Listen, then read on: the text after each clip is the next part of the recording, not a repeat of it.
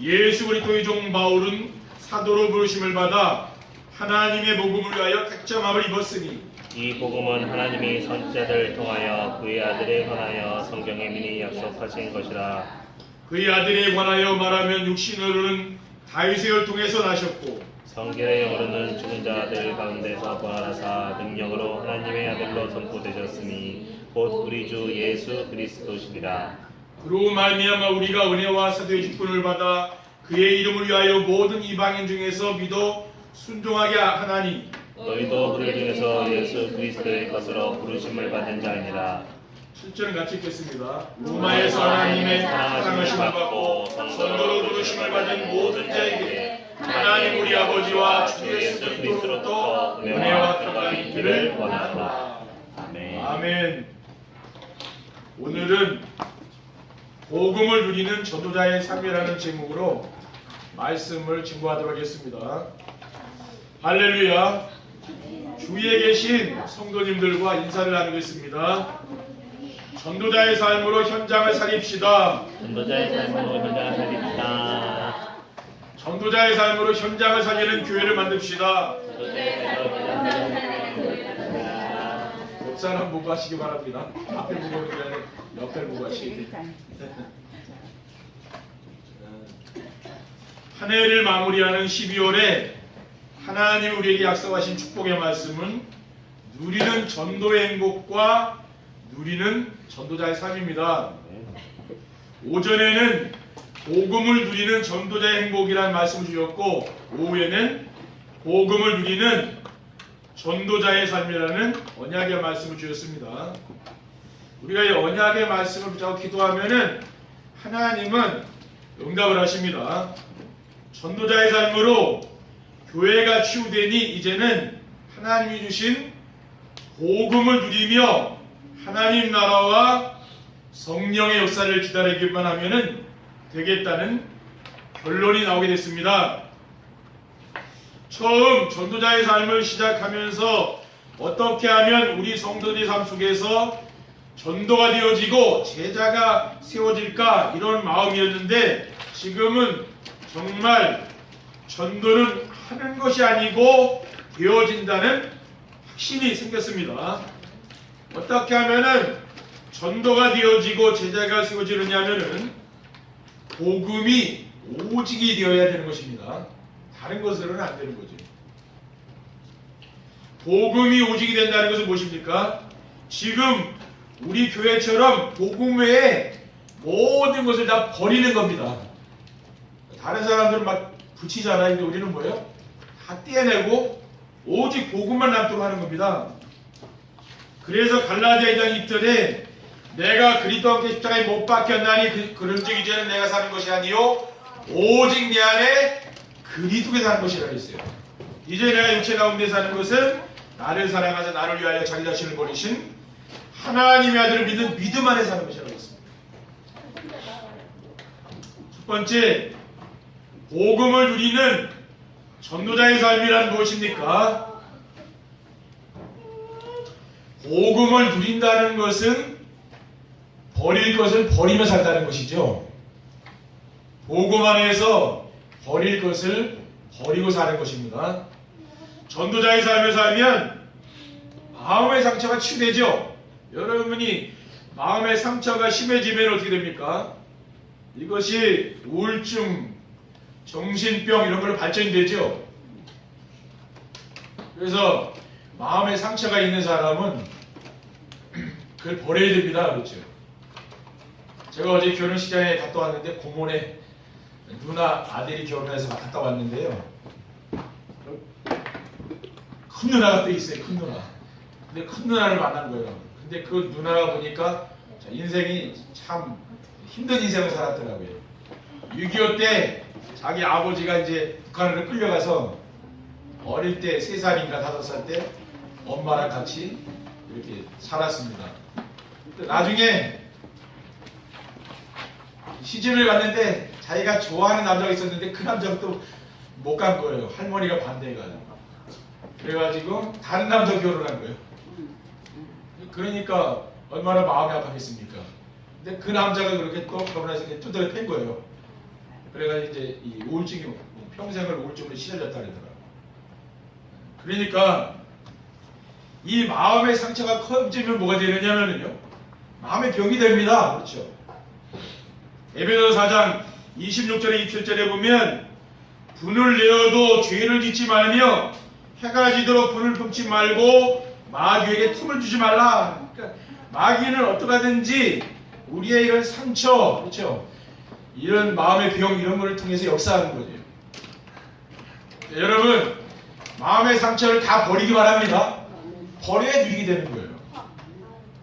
그리고 전도자의 삶을 살면 무능 문제가 해결되고 버려지게 됩니다. 우리의 무능 때문에 그리스도를 더 붙잡고 의지하게 되는 것이죠. 그래서 사도 바울은 로마서 7장 24절 25절에 오라 나는 공고한 사람이로다. 이 사망의 몸에서 누가 나를 건져내냐 했습니다. 우리 주 예수 그리스도로 말미암아 하나님께 감사하리로다. 그런즉 내 자신이 마음으로는 하나님의 법을, 육신으로는 주의 법을 숨긴다고 했어요. 이 대사도 바울이 뭐라고 했습니까? 나는 정말 비참한 사람이다 그 말이에요. 이 실력이 있고 많이 배우고 똑똑한 사람인데 자기는 지금 무능하다 그러잖아요. 그러니까 사람은 누구나 많이 배우고 그런 사람들도요 무능한 겁니다. 그렇죠? 그리스도가 아니면은 인간의 지혜로, 인간의 능력으로 우리가 인생의 문제 해결됩니까? 해결 못하거든요. 사단과 지옥과 이 죄의 것을 이길 수 있습니까? 절대 인간의 힘으로 안 되는 거거든요. 그러니까 우리가 그래서 저와 여러분이 연약하기 때문에, 무능하기 때문에 그리스도를 잡아야 되는 거 아닙니까? 그렇죠? 그 그리스도를 잡으시면 돼요. 그리스도를 잡고 살면은 굉장히 지혜로워진다니까요. 그리고 전도자의 삶을 살면은 열등감이 없어지고 버려지게 됩니다. 대부분 사람들은 다 열등감이 있잖아요. 그런데 여러분이 정시예배를 하면서 전도자의 삶을 사는 사람은 그런 열등감이 치유가 되지요. 그러니까 자신감이 생겨요. 그러니까 사람 앞에 당당하게 나가서 이야기도 하고요. 또 웃고 막 그렇게 사람이 바뀌죠. 열등감이 없어지니까. 열등감 버리게 됩니다. 사도 바울은 평생 동안 불치병으로 고난당했습니다. 그것 때문에 뭡니까? 그리스도의 능력을 더 체험하게 된 거죠. 여러분이 그 열등감 때문에 뭡니까? 또 하나님의 앞으로 나아갈 수 있는 그게 큰 기회가 되는 거거든요. 은혜 받을 수 있는 그런 시간이죠. 고린도서 10장 7절에 보면 여러 계시를 받은 것이 지극히 크므로 너무 자만하지 않게 하시려고 내 육체에 가시고 사탄의 사자를 줬다 했습니다. 이는 나를 쳐서 너무 자만하지 않게 하게 합니다. 사도 바울이 교만할까봐 하나님이요 육체에 불치병을 준 거예요. 그것 때문에 뭐예요? 사도 바울은 더욱더 하나님 앞에서 겸손해지는 거죠. 고린도 10장 10절에 그러므로 내가 그리스도를 위하여 약한 것들과 능욕과 궁핍과 박해와 곤고를 기뻐하느니 이는 내가 약한 그때에 강함이라. 사도 바울은 그리스도를 위하여 자신의 약점을 자랑한다 그랬어요. 대부분 사람들은 약점을 가리잖아요. 근데 사도 바울은 자기의 약점을 자랑하는 거예요. 왜냐? 그것 때문에 내가 하나님의 은혜를 체험할 수 있고 그리스도의 능력을 체험할 수 있기 때문입니다. 여러분이 연약한 것이 없고 하다면은 여러분이 주님 앞에 나갈 이유가 없잖아요. 그렇죠? 우리가 열등감이 있고 다른 사람이 모르는 그런 약한 것이 있기 때문에 우리가 또 주님의 은혜를 받을 수 있는 거 아닙니까?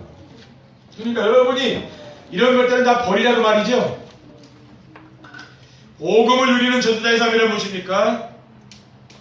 복음 안에서 누릴 것을 찾아 누리며 사는 것입니다. 내가 이제 버리게 되면은 뭐예요? 이제 누리게 되는 거죠. 전도자의 삶은 나와 함께 하시는 그리스도를 누리며 사는 것입니다. 그래서 의사 누가가 데오빌로 각하에게 쓴 게 바로 누가복음과 사도행전 아닙니까? 그 사도행전 1장 1절에 뭐예요? 데오빌로요, 내가 먼저 쓴 글에는 뭐예요? 예수님이 그리스도라는 거죠. 인생의 모든 문제를 끝내신 분이 바로 그리스도라는 거예요. 여러분이 어떠한 문제가 있는지 그리스도로 인생의 모든 문제를 끝내기 바랍니다. 네, 세상 사람들은 문제는 있지만 끝이 없다니까. 우리는 뭐예요? 그 인생의 문제를 끝낸 거예요. 그리고 전도자의 삶이 무엇입니까? 현장에서 하나님의 나라를 누리며 사는 것입니다. 여러분이 그리스도가 오직이 된 사람은 뭡니까? 여러분 현장에 하나님 나라가 있네요. 사도행전 1장 3절에 그가 고난받으신 후에 또한 그들에게 확실한 많은 증거로 친히 살아계심을 나타내서 40일 동안 그들에게 보이시며 하나님 나라 일을 말씀하신다 그랬어요. 이건 세상 나라가 아닙니다. 하나님 나라예요. 그리고 전도자의 삶은 오직 성령 충만과 증인의 삶을 누리며 사는 것입니다. 그러니까 여러분이 전도자의 삶을 살게 되면 어떻게 됩니까? 성령 충만 받아서 세임을 얻게 되고요. 증인이 되는 거예요. 나도 모르게. 하나님이 나를 증인으로요 세우는 거죠. 증인의 자리. 어느 날 늘 메시지만 듣던 사람이 현장에 가서 내가 전도자로 내가 다른 사람에게 메시지를 하고 있는 거예요. 그런 일이 일어난다니까요. 우리는 뭡니까? 일부에서도 말씀드렸지만 절대 속으면 안 돼요. 이 말씀이 응답이 와야 되는 것이고 그렇죠. 여러분의 영적인 상태에 따라서 이 말씀이 응답이 오게 되는 거예요. 어떤 사람은 지금 복음을 깨닫는 단계에 있는 사람이 있죠. 그 사람이 지금 큰 응답은 어떻게 됐습니까? 교만해서 교회 떠난다니까요. 그래서 하나님 큰 응답 안 줘요. 그렇죠? 복음을 누리는 사람에게 뭐요? 큰 응답도 주죠. 큰 경제도 줘요. 왜? 누리니까. 이 사람이 이거 어디 쓸 줄 아는 거라 하나님이. 여러분 자녀에게 뭐 돈 1억씩 줍니까? 그 아이가 밖에 나가 죽는다니까 살 수 없어요. 그러니까 안 줘요. 1,000원짜리 많이 주면 10,000원 주죠. 그렇죠. 그 왜? 그 영적 상태에 따라 하나님 응답이 나는 거예요. 그러니까 여러분이 응답을 빨리 받으려고 그러지 마시기 바랍니다. 왜냐? 살 날이 많이 남았잖아요. 그렇죠. 빨리 천국 갈 사람은 응답 많이 받아야 되지만은 살 날이 많은 사람은 너무 조금 서두르지 말라니까요. 어떤 목사님, 우리 같은 말씀실 접지만 목사님이 겨울에 추운 날에 테니스 치다가요 심장마비로 돌아갔어요. 돌아간 건데 3일인가 며칠 있다 살아나셨어요. 이거 자꾸 이거 해가지고 살렸어요. 근데 그분이 차 타고 가면 얼마나 빨리 다니는지 몰라. 저 어디 가면 가평하고 그러면은요 너무 빨리 달려가 내가 놀랜다니까 이렇게 말하고 그래. 그럼 목사님 가만히 있어요. 그래 혼란스럽다 막 그래요. 이거 빨리 달리는 거 아니야. 그런데 내가 볼 땐 저는 빨리 안 달리는데 이건 엄청 빨리 달리더라고요. 근데 이분이 내가 지금 생각해보니까 빨리 끝내고 가시려고 그랬구나. 그래, 빨리 가야 되니까 이걸 완수해야 되잖아요. 근데 다시 살아나신 게 할 일이 있었나 사명이 있으니까 하나님 살려주셨더라고요. 그러니까 빨리 갈 사람 뭐요? 빨리 일을 해야 되는 거지. 끝내고 가야 되니까 천국에. 여러분 빨리 하시지 마시고 천천히 가시라는 거예요. 빨리 불러하시라는 게 빨리 하는 거예요. 그렇죠? 천천히 하시고 늦게 들어간다니까. 그래서 우리 뭡니까? 말씀으로 하시라고 말이에요. 다른 걸로 하지 말고. 여러분이 말씀 말고 다른 걸로 응답 받으려고 그러면요 응답이 오는 것 같은데 나중에 보면은 다시 또 돌아가는 거예요. 제자리 가서 또 해야 된다니까요. 그리고 복음 누리는 전도자의 삶이란 무엇입니까? 복음 안에서 자신의 정체성을 찾아 누리며 사는 것입니다. 구원받은 성도는 복음 안에서 새로운 피조물이 되었어요. 고린도서 5장 17절에 그런 중 누구든지 그리스도 안에 있는 자에게는 결코 있으면 새로운 피조물이라 이전 것은 지나갔으니 보라 새 것이 되었다고 했어요. 새 사람이 된 거라. 그러니까 옛날 일이 다 잊어버리라고 말이에요. 그리고 마귀의 종되었던 우리가 하나님의 자녀로 신분이 바뀐 것입니다.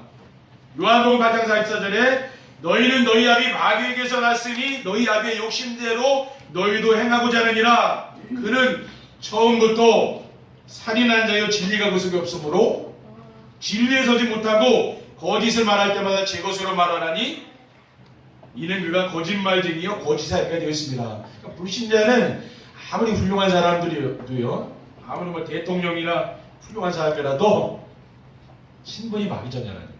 성경에 이렇게 예수님 말씀했어요. 마귀자녀라고 그랬죠. 그러니까 마귀자녀이기 때문에 살리는 일을 잘 못하는 거예요. 마귀자녀는 그렇죠. 우리나라도 지금 적폐청산이라 해서 사람들 얼마나 많이 죽습니까? 그렇죠. 안 죽을 사람들 막 조사하게 다 죽잖아요. 우리가 그런 거 하지 말자고 말이죠. 언제까지 보복 정치 이런 걸 계속 해야 됩니까? 사람을 죽이는 거는요, 끝이 없는, 그건 누구나 알 수 있어요. 살리는 일이 해야지, 그렇죠. 한 사람이라 살려놔야지, 그 아까운 생명 다 죽이면 어떻겠습니까? 그렇죠. 김정은 봐봐요. 고모부 죽여, 자기 형 죽여. 그거 어떡하겠습니까? 그렇죠. 그러니까 아무리 훌륭해도 살리는 일을 못한다고 말이에요. 이런 우리가 마귀의 종됐던 우리가 어떻게 됐습니까? 영접하는 자고 그 이름을 믿는 자들에게는 하나님의 자녀가 되는 권세를 줬다고 했어요. 그러니까 이제는 뭡니까? 우리의 신분이 이제 변화된 거죠. 내가 훌륭해서 하나님 응답 주는 게 아니라 절대 그렇게 생각하면 안 됩니다. 저는 그렇게 생각해요. 내가 하나님 자녀이기 때문에 자녀에게 부모가 좋은 걸 주듯이 하나님 나에게 좋은 걸 주시는구나. 저는 항상 그렇게 생각한다니까. 그러니까 여러분이 이 말씀을 잘 적용을 하셔야 돼요. 그렇죠? 그게 응답이라니까요.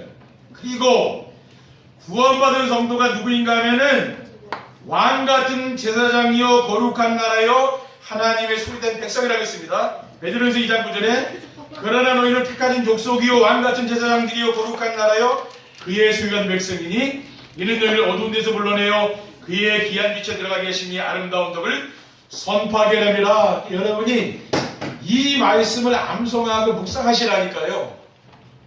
그러면은 그게 응답이에요. 우리는 응답을 다른 데도 찾으면 안 돼. 아, 내가 왕이고 내가 제사장이고 내가 선지자로 하나님 나를 불렀구나. 그게 나라니까요. 그렇죠?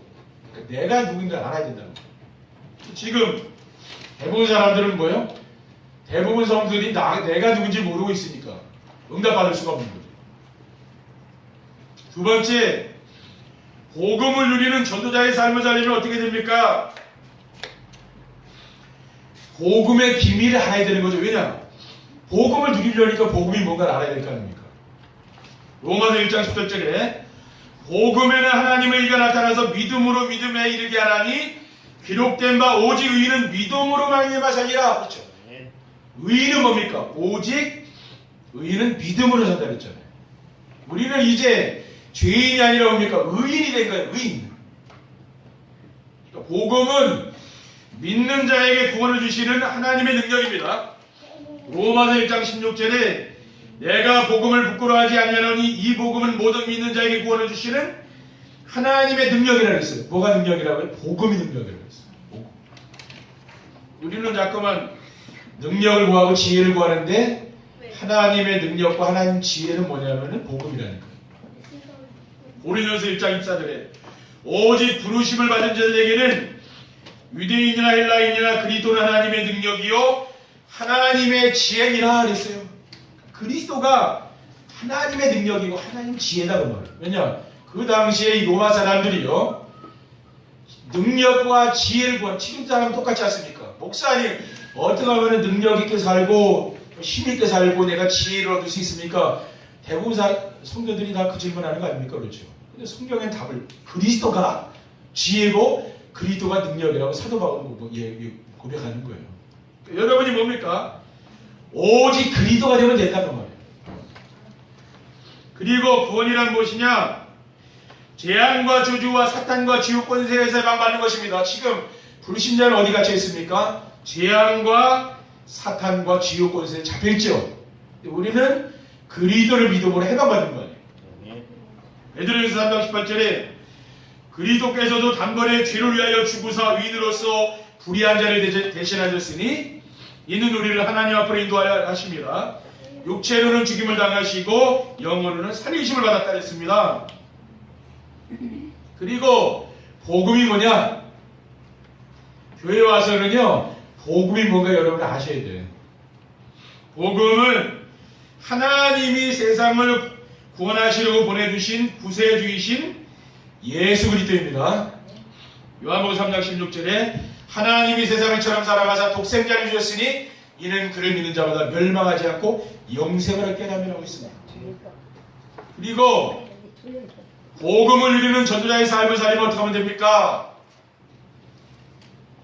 예배가 삶의 중심이 되어야 됩니다. 그렇죠. 예배를 통해서 은혜 받는 것밖에 없는 거예요. 요한복음 4장 23절에 아버지께 참되게 예배하는 자들은 영과 진리로 예배할 때가 오나니 곧 이때라. 아버지께서는 이렇게 예배하는 자를 찾으시느니라. 하나님은 누굴 찾습니까? 예배하는 자를 찾는 거죠. 우리가 왜 전도합니까? 같이 예배하려고 전도하는 거 아닙니까? 구원받은 성도들과 함께 공동 예배 축복을 드려야 됩니다. 그래서 새벽 예배, 수요 예배, 금요 예배, 또 구역 예배에 참석해서 하나님의 내가 은혜를 받고 은혜를 드리면서 하는 거죠. 그러니까 신앙생활은 뭡니까? 은혜를 드리는 겁니다. 나의 노력이 아니라니까요. 그건 불신자고 종교인이죠. 우리는 뭐예요? 내가 하나님의 은혜를 누리면은 되어지는 거죠. 그 축복을 누리는 거예요. 고린도서 15장 10절에 그러나 내가 나된 것은 하나님의 은혜로 된 것이니 내게 주신 그의 은혜가 헛되지 아니하여 내가 모든 사도보다 더 많이 수고하였으나 내가 한 것이 아니요 오직 나와 함께 하신 하나님의 은혜라. 그러니까 사도 바울은 복음을 위해서 자기 생명까지 걸지 않았습니까? 근데 사도 바울이 뭐라고 고백하느냐? 이거는 내가 한 게 아니라 하나님의 은혜라 그랬죠. 그러니까 그거야 바로 여러분이 예배 속에 안 있으면은요 내가 돈 다 벌어놓고 누가 했다 했으니까 내가 벌었다고 한다니까요. 그게 돈 아깝죠. 그렇죠. 근데 하나님이 좀 은혜로 여러분이 축복을 줘봐요. 그건 아깝지 않은 겁니다. 내가 죽도록 고생해가지고 벌면은 한 푼 못 내놔요. 왜? 그건 내가 번 거니까. 은혜로 하나님 줬다. 그거는 내놓기 쉽지 않아요. 그렇죠. 그래서 여러분이 뭡니까? 은혜 생활을 해야 돼. 그렇죠. 은혜를 받으셔야 돼요. 그러니까 교회 와서는 일하지 마시고 은혜 받으시기 바랍니다. 은혜 받으면 다 변한다니까요.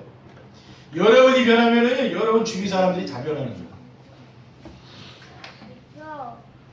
그리고 가족들과 함께 집에서 가정 예배의 축복을 드려야 됩니다. 주일날 저녁에는 가족들이 모여서 주보에 나오는 찬송가를 한 곡 부르고 가족들 중에 한 사람이 대표 기도하고 강단 레슨도 시청하는 겁니다. 그렇죠? 유튜브로 지금 안수 집사님 제작하잖아요. 시청 같이 보고 그 다음 포럼하는 거죠. 말씀 포럼. 그리고 그럼 토요일 저녁에는 뭐 하면 되느냐? 토요일 저녁에는 똑같은 방법으로 강단 메시지를 시청하고 한 주간 받은 응답이 말씀을 통해 받은 응답이 있을 거 아닙니까? 그걸 포럼하라는 거예요. 포럼하다 보면 뭡니까? 말씀이 잡히게 되잖아요. 그렇죠? 그리고 개인이 혼자서 빈 시간에 정시예배 축복을 드려야 됩니다. 매일매일 아침과 밤에 우리가 강단 말씀을 들어가서 시청하는 거예요. 그러면서 하나님 주신 언약 미션 비전을 붙잡고 기도하면서 하루하루를 시작하는 거죠. 하루를 뭐요? 강단 말씀을 하기 시작하고 또 마무리도 강단 말씀으로 하고 이렇게 해보시라니까요. 그러면은요 분명히 여러분의 삶이 인생이 달라집니다. 진짜 내가 인생이 불행했던 사람이 행복해진다니까요. 진짜 정시예배하는 사람은 다 변하게 돼 있어요. 그러면은 늘 저는 생각 속에 늘 어떤 생각이 드느냐면 저는 기도하면 그래요. 잠깐 눈 감고 기도해도 진짜 너는 행복한 목사다 이런 생각이 자꾸 드는 거예요.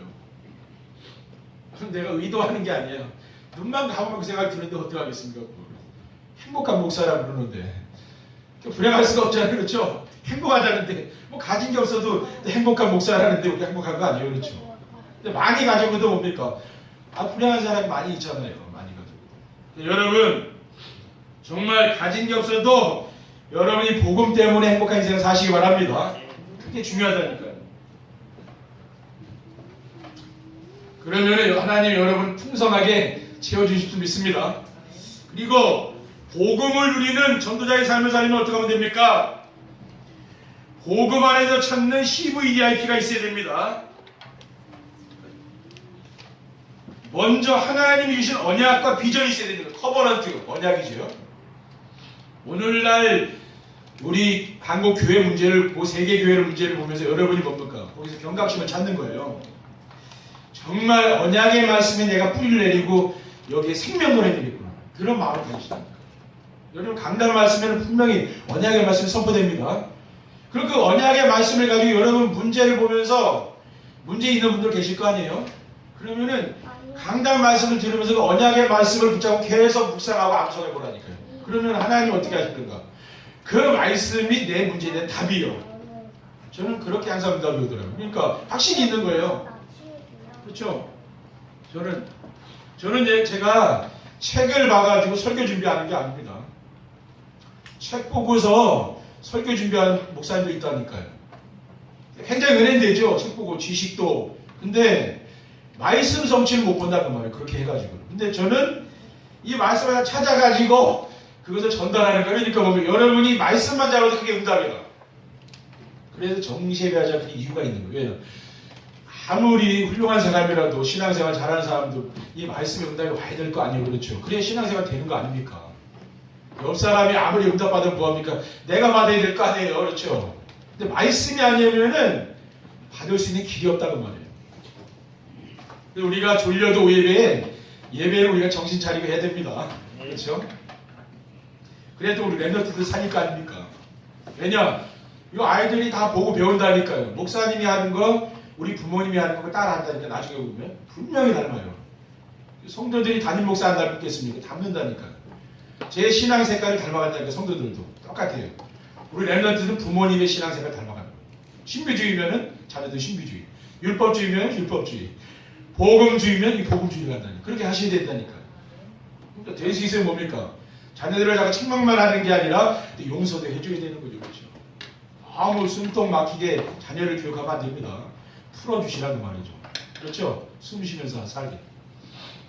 그리고 시대의 우상 문제를 보면서 세계복음화의 비전을 가져야 됩니다. 왜냐? 지금 우상이 지금 세상을 덮고 있잖아요. 그러니까 세계복음화 해야 되는 거 아닙니까? 그리고 하나님이 나에게 주신 달란트와 나의 현장을 뭡니까? 나의 꿈으로 잡아라. 여러분의 달란트와 또 여러분 현장이 뭡니까? 그게 나의 꿈, 그 속에서 나의 꿈을 잡아야 돼요. 그리고 이미지는 뭡니까?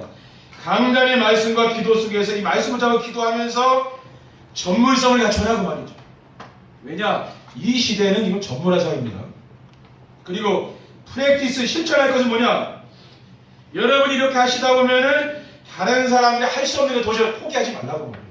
인생은 뭐 끊임없는 도전입니다. 그렇죠? 안 된다고 포기하면 안 돼. 도전하시라고 말이에요. 그러면은 인생의 작품이 나와요. 다윗 시편 23편 이거 뭡니까? 다 작품이라니까 이게. 자기 인생의 죽음의 위기 가운데 작품이 나오고요. 작품은 그 고난 속에서 나오죠. 편안할 때 작품 나오는 거 아닙니다. 그렇죠? 그러니까 명작품을 언제 이런 사람들은 다 뭡니까? 인생의 고난 속에서 그걸 다 이겨나간 거예요. 근데 그 속에서 하나님 계획을 발견한 거예요. 불신자라도요. 그 속에서 자기가 보화를 찾아낸 거예요. 그런 사람이 작품을 남기는 거예요. 세 번째, 복음을 누리는 전도자의 삶에서는 어떻게 됩니까? 믿음과 소망과 사랑이 있습니다. 데살로니가서 1장 3절에 너희의 믿음의 역사와 사랑의 수고와 우리 주 예수 그리스도에 대한 소망의 인내를 우리 하나님 아버지 앞에서 끊임없이 기억한다 그랬어요. 성삼위 하나님이 하나님을 믿는 믿음 있죠. 그리고 그러니까 예배하는 거 아닙니까?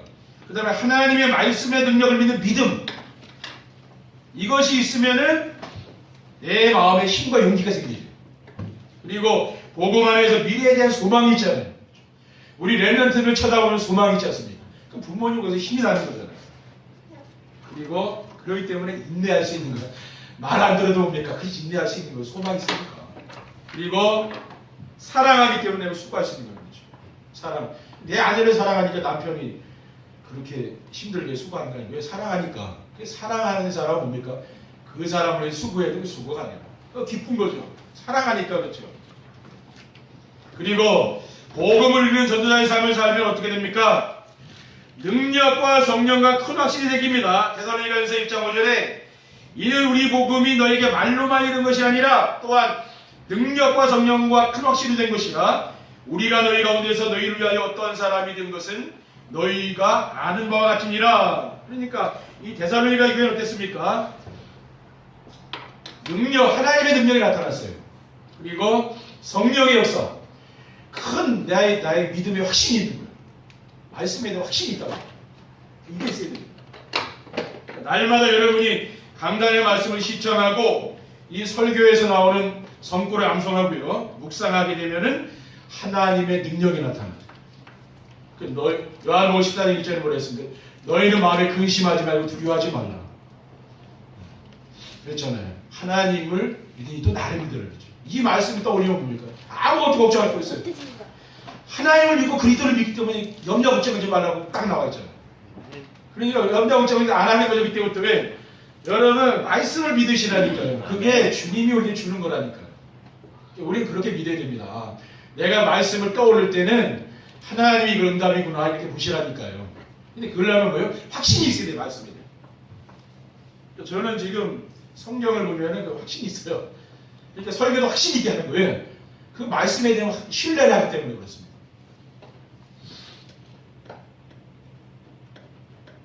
그리고 영혼과 마음과 생각 속에 큰 확신과 영적인 힘이 생기는 거죠. 내 영혼 속에. 말씀이 각인되니까 뭐 힘이 생기잖아요. 그러니까 치유가 되는 거예요. 말씀의 능력으로. 질병도 뭐 떠나갑니다. 왜? 말씀의 능력이 임하니까. 떠나가는 거예요. 흑암이 떠나갑니다. 그리고 복음을 누리는 전도자의 삶을 살면 어떻게 됩니까? 항상 하나님이 우리와 함께 하심을 누리게 됩니다. 하나님이 우리와 함께 하시는 것을 어떻게 누릴 수 있습니까? 여러분, 하나님이 여러분과 항상 함께 한다면 여러분 뭐 부족한 게 있겠습니까? 그렇죠? 왜요? 하나님 나와 함께 하니까. 하나님 우리와 함께 하는 방법이 뭡니까? 그게 언약의 말씀 붙잡으면서 하는 거예요. 언약의 말씀 붙잡으면서 하는 거 하나님 함께 하는 겁니다. 그래서 언약의 말씀 붙잡고 기도하면 말씀 넘치되는 거 이상하게 강단 말씀 붙잡고 여러분이 기도하죠. 또 응답 온다니까. 그걸 보셔야 돼요. 전도도 그렇게 하자는 말이에요. 내 능력으로 하는 게 아니에요. 경제응답도 어떻게 받아야 돼요? 그렇게 받는 그 말이에요. 하나님이 뭐 창조주 우주 만물의 주인인데 경제가 없습니까? 그렇죠. 내 능력으로 하니까 안 되지. 하나님 말씀으로 해보시면 그럼 되는 거예요. 네? 그렇게 사셔야 된다니까. 아직까지 살았던 내 삶의 방식을 바꾸라고 말이에요. 그래서 각인뿌리 진을 바꾸자는 건 그겁니다. 그렇죠. 그래서 지금 치유와 썸이 아닙니까? 그러니까 그거 하자고 말이에요. 우리가 아직 치유가 이렇게 많은데 치유받으면 썸이 된다는 거예요. 그래서 예배 시간에 선포되는 말씀 안에서 언약의 말씀을 붙잡고 기도하면은요, 말씀이 성취되고 또 비전을 붙잡고 기도하면은 기도응답을 드리게 돼요. 그리고 미션을 실천하면 뭡니까? 구원의 역사, 하나님 구원 역사를 체험하게 됩니다. 이번 한 주간 여러분이 전도자의 삶에 도전해서 복음을 누리는 행복한 성도들이 되길 바랍니다. 진짜 이 말씀을 순수하게 믿고 따라가 보세요. 그러면 진짜 아무 걱정 안 해도 돼요. 그렇죠? 여러분 인생 사는데 걱정 안 하게 된다. 왜? 하나님을 떠나서 모든 문제가 왔기 때문에 하나님만 만나면 모든 게 회복되는 거거든요. 다른 게 없다니까요. 그렇게 하면 뭐예요? 이 말씀을 쭉 따라오다 보면 하나님이 여러분이 잃어버렸던 게 그다 회복된다니까요. 그게 중요한 거예요. 쭉 말씀 따라가다 보면 어느 날 하나님이 나를 서밋의 자리에 딱 올려놓는 거예요. 다른 사람에게 메시지하는 영향 주는 사람으로 바뀌어 있어. 어느 날. 그러게 되면 뭡니까? 그때 되면은 여러분 내 옆을 바라보면 벌써 하나님의 응답이 보이는 거죠. 이렇게 하시는 거예요. 여러분 진짜 속지 마시고 이 말씀의 언약을 굳게 붙잡고 복음 누리는 전도자의 삶을 사시기를 주님의 이름으로 축원드립니다. 기도하겠습니다. 하나님 감사합니다. 주님께서 우리에게 강단을 통해 주시는 언약 미션 비전의 말씀을 붙잡고 우리 삶의 현장에서 복음 누리는 전도자의 삶을 살 수 있도록 인도해 주옵소서. 그래서 우리 성도님들의 삶의 현장에서 정말 이 말씀이 성취되고 기도 응답되며 구원의 역사가 일어나는 하나님의 능력을 체험할 수 있도록 인도해 주옵소서. 예수 그리스도의 이름으로 기도드립니다. 아멘.